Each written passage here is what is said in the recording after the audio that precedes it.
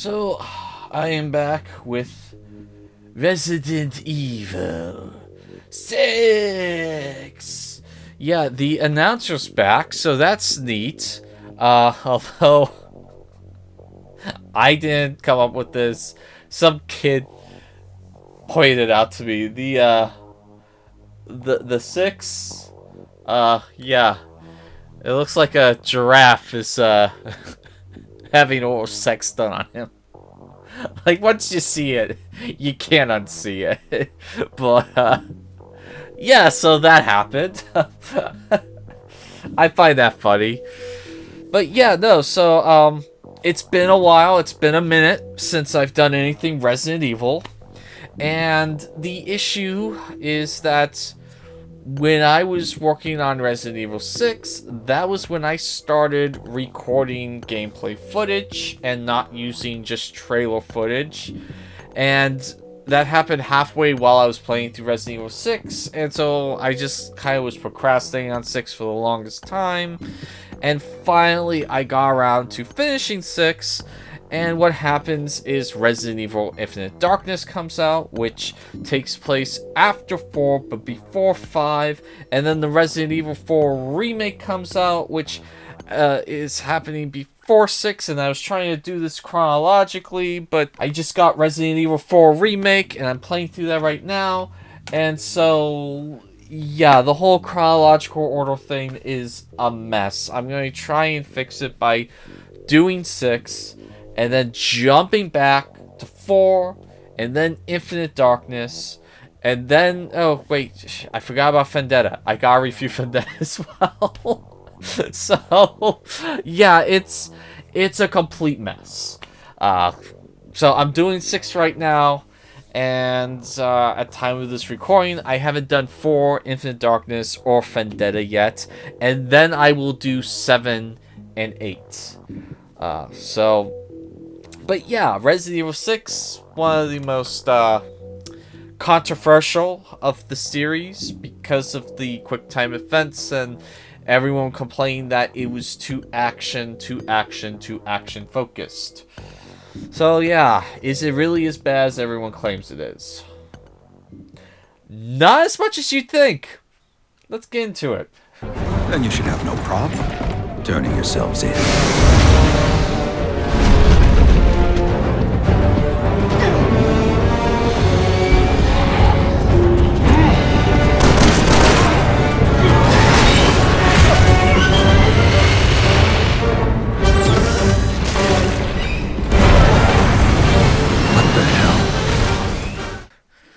Okay, so, for starters, I have never found the Resident Evil series scary at all. The people who claim that, like, you know, oh, name the best scary video game series.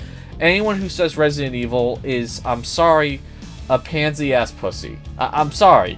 I mean, I know I'm insulting some people there, but, like, if you think Resident Evil is the scariest thing in gaming, do not play Silent Hill.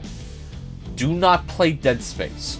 Do not play Alien Isolation. You will not have a clean pair of pants in your house if you try playing that, if you think Resident Evil is the scariest game franchise of all time.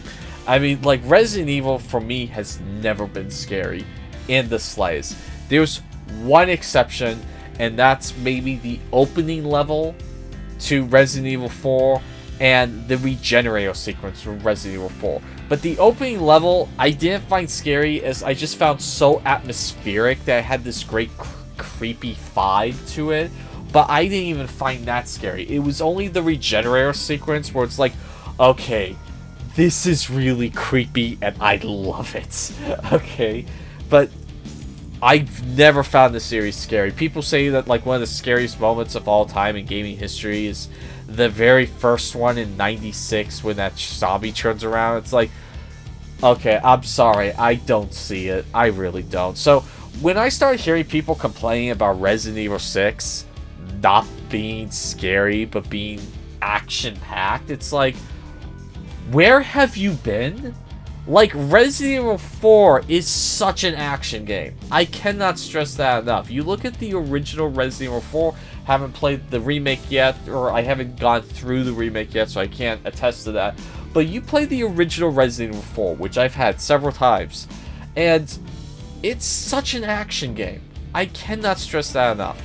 And then Resident Evil 5 went even heavier into the action, less with any of the creepy stuff. Although there was a couple of moments that were kind of cool, like the village at the beginning of Resident Evil 5. But, I mean, like, 5 was never scary. And now we're at 6. Like, 1, 2, and 3, I never found scary. Revelations 2 actually did have a really great creepy atmosphere and tone. There were some really great night scenes. I would say Resident Evil Revelations 2 is probably as of this point, the scariest in the entire series. And then the 2 remakes of Resident Evil 2 and Resident Evil 3 were pretty decently, like, scary in atmosphere. A nice change to the over colorful old ones. And so, like, I do like where the remakes are going. But, like, 6, when I got a 6, it's like, I wasn't expecting to get a scary game, because I've never gotten a scary game, so I don't think I'll be disappointed. And I wasn't. I was not lying to myself, like, oh, this is the scariest game of all. No. I always knew that Resident Evil was an action series with some horror elements. And I was not disappointed. Now, kind of the interesting, cool, bold thing that they're doing with the 6th one is there's 4 campaigns. You heard me right. There's 4 of them. 4 of those suckers. I mean, they have one up on the Alien vs. Predator games because those only ever get 3 campaigns. But, I mean, these are 4 campaigns, and they don't feel terribly short. Technically, you could speedrun through them pretty quick. But taking your time, they kind of feel like a decent length campaign. And you have a campaign focusing on Leon Kennedy, Chris Redfield, Jake Wesker, and then Ada Wong. And the other neat thing is that all 4 of these campaigns, with the exception of Ada Wong's, because that's like a solo campaign, you can play as the partner character in those as well. So Leon Kennedy's, you can play as Helena. With Chris Redfield's campaign, you can play as Jake, or no, not Jake. I forget what his buddy's name is. And then Jake's campaign, you can play as Shelley Birkin, because she's his partner as well. And so that's kind of a nice, like, replayability value, because each character has their own unique set of weapons. And so you're not using the same weapons through each campaign. So even though the campaign's the same, the character has their own unique set of weapons. And so there's, like, reason to play through this game 7 times, which is kind of interesting. And all 4 of the campaigns are kind of different in tone. Like, the most classical feeling of the campaigns would be Leon Kennedy's campaign, because it starts off in a small town. It has that Resident Evil 2 vibe. You're in, like, this big, you know, mansion type location with the school. Then you have the underground locations, and then there's the ridiculous, over the top, super mutated boss fight at the end of the game, like you see at the end of everything Resident Evil related. And so, like, Leon's felt the most traditional campaign. Chris Redfield's, they went with the more action focused, and, you know, like, I like the difference between the two. Leon Kennedy's trying to stay alive. Chris Redfield is just trying to blow as many holes into the opposition as humanly possible. And I do like the more military focus in Chris' campaign. And it's cool in kind of an interesting way, because you look at Chris's last couple of events involving, you know, the virus. Resident Evil 5, he was kind of self-prepared, but he was trying to go out alone. And now this time, when he saw how futile it was going out alone, he's now, like, in this military organization, going at it in a team unit. And so I kind of like that evolution of Chris's character, where he started off as just, you know, a special forces cop in the first one, and then slowly evolved into now he's part of a military unit trying to take out BOWs, or biological weapons of or, like, is it BWMD? biological weapons of mass destruction, or BOWs, biological weapons. I think it's just BOWs, biological weapons. Sorry about this tangent. And then, with playing those first 2 games, something I noticed that was really freaking hilarious were the time-traveling weapons. So, like, you're definitely see this with Chris's campaign. He'll, like, get, like, a shotgun and a pistol when he's in China, and then you see a flashback to, like, 5 months ago. And he has those same weapons. And then as he's playing through this flashback in, like, Russia, he'll get, like, a new weapon. And then when it goes back forward to modern day in China, that new weapon will be with him in his inventory. And so, there are time-traveling weapons in this game. Believe it or not. Resident Evil now is including time travel in it. And yeah, this game is batshit. I mean, why is there a giant invisible snake in this game?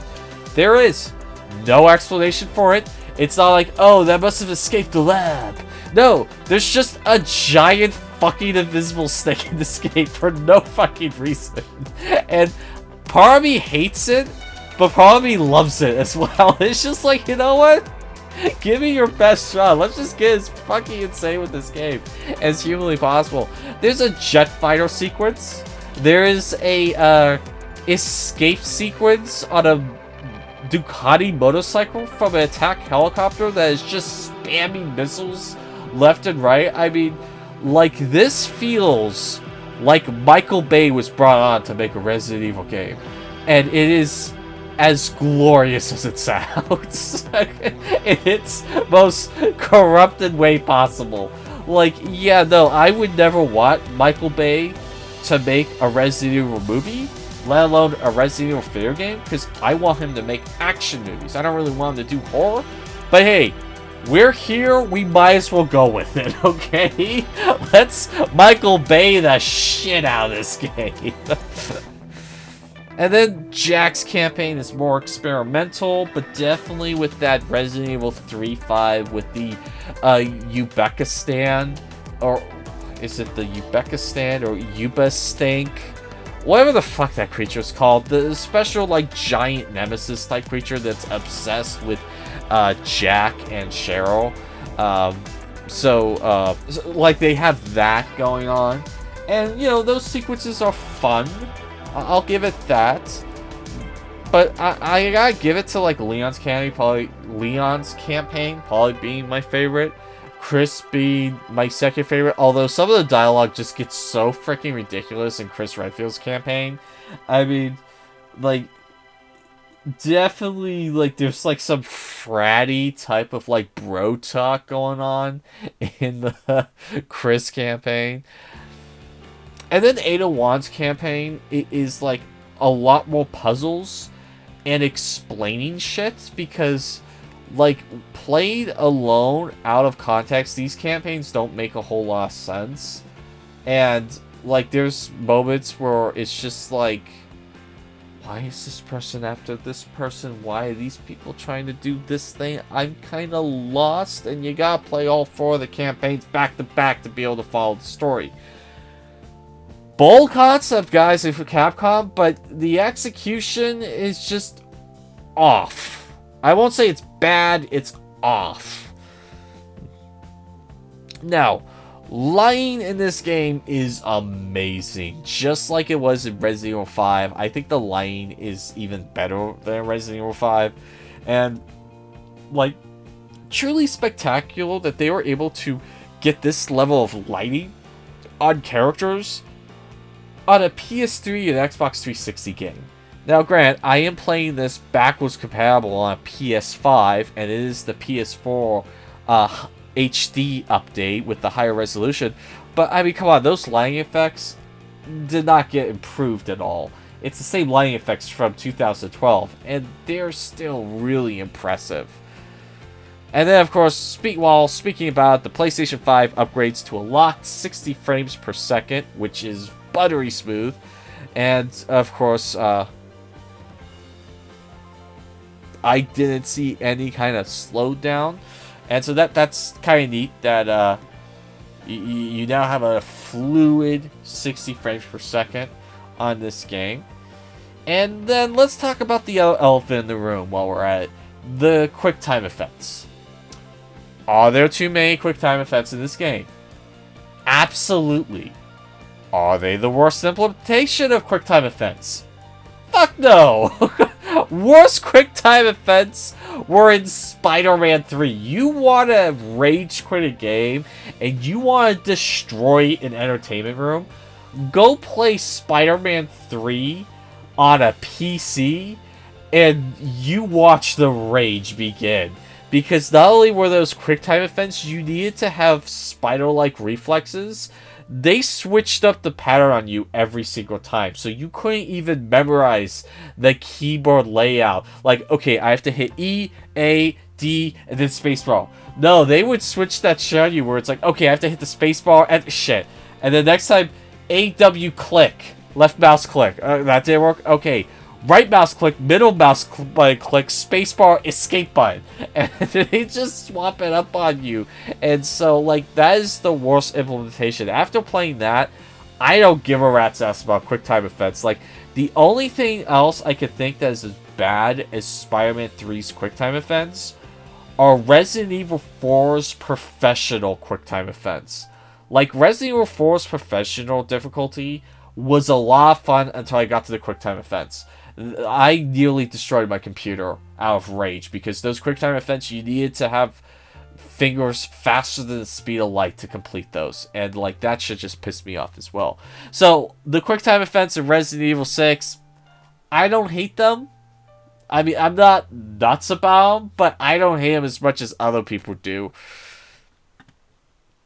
Now, also new to Resident Evil 6 is this, like, skill point system that you no longer upgrade weapons individually. You just do, like, this broad thing, like, I want to have better accuracy and collect more tokens and do more damage to enemies.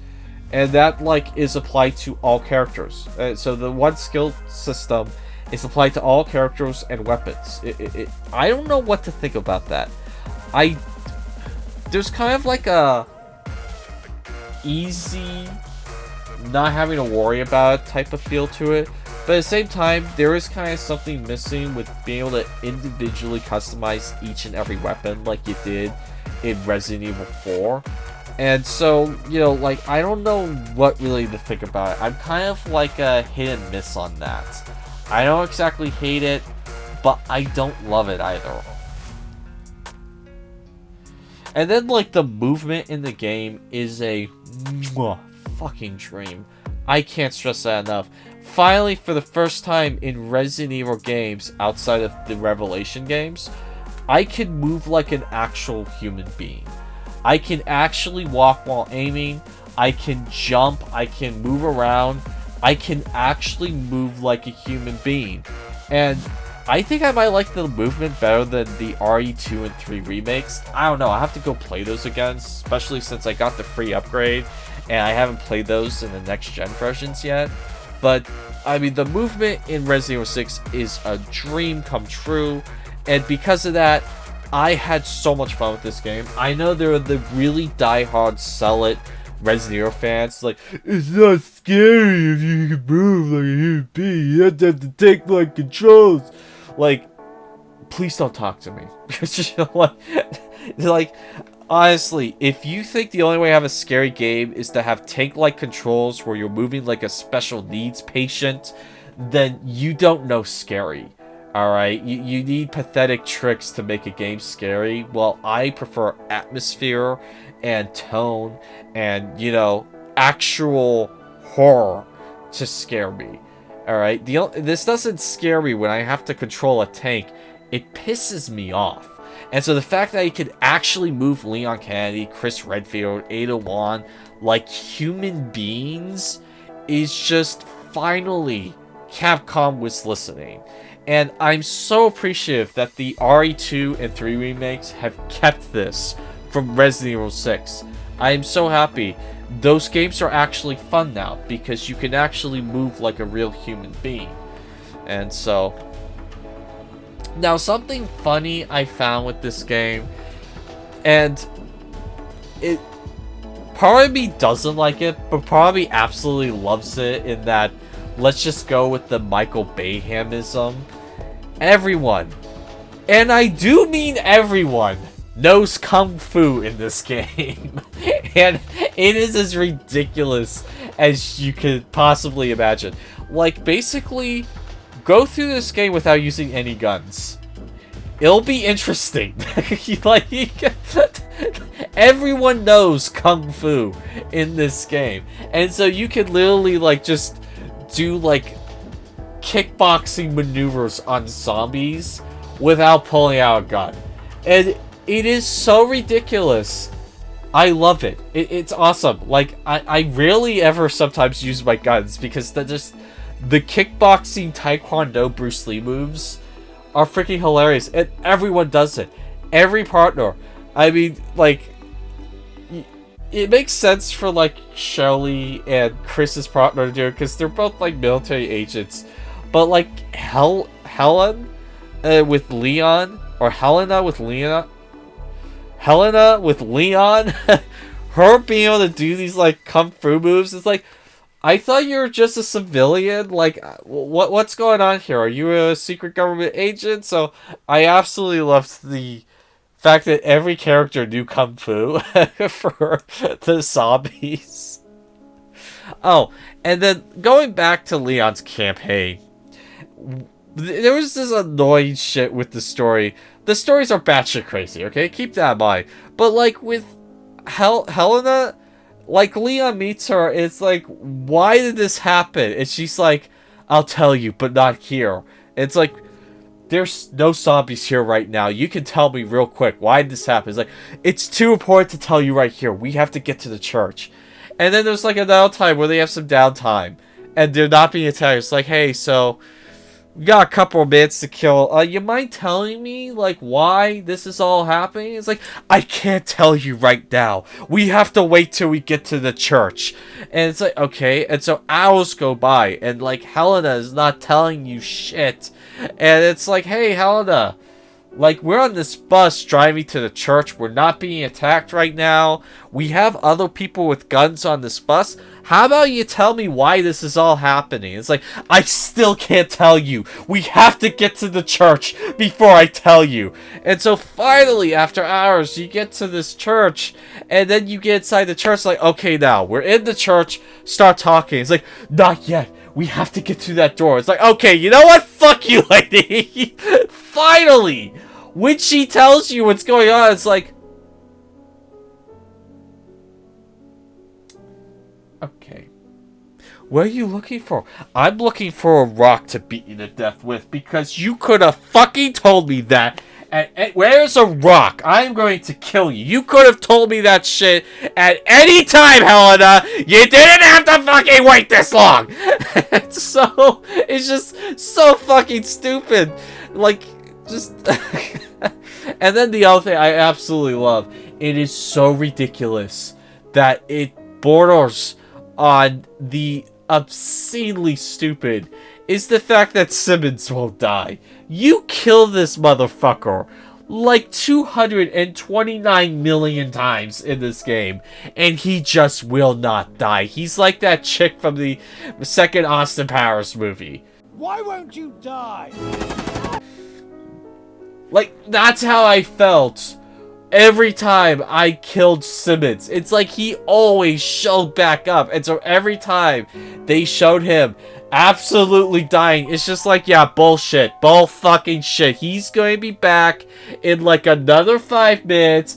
And I fucking knew it. He is back. And so, I don't know what to make with that. Part of me really hated that, but at the other time, part of me was just laughing my ass off because it's like, why won't you die? So, ultimately, in the end, did I like Resident Evil 6? Yes. Do I think it's the best Resident Evil ever made? Fuck no. But it's not the worst either. It really helped a lot being able to actually move like a human being. I can't stress that enough. To be able to realistically move and not have to worry about the beep, beep, beep, beep, Oh no, I'm dead. Oh, wow, what a scary game. It's not the zombies that scare you. It's the horrifying, atrocious controls that will scare you. I'm glad those days are done. They're over. They're gone. And so, yeah, no, I had fun with this game. Does it have its problems? Absolutely. It has its fair share of problems. I think this game was necessary so we got the more horror focus that we saw with the remakes and the newer games. I'm really looking forward to Resident Evil 7 and 8 because from the trailers, it actually looks like a scary game. It doesn't look like an action game with like a horror paint job on it, so that's cool. I'm looking forward to that. And so, yeah, ultimately, this is fine. I wouldn't say that it's an amazing game, but it's definitely fun. And even if you don't like all the campaigns, you're going to enjoy at least one of the campaigns. I guarantee. I could be wrong, but I think you're going to at least enjoy one of the campaigns. Anyway, that's been my review of Resident Evil 6.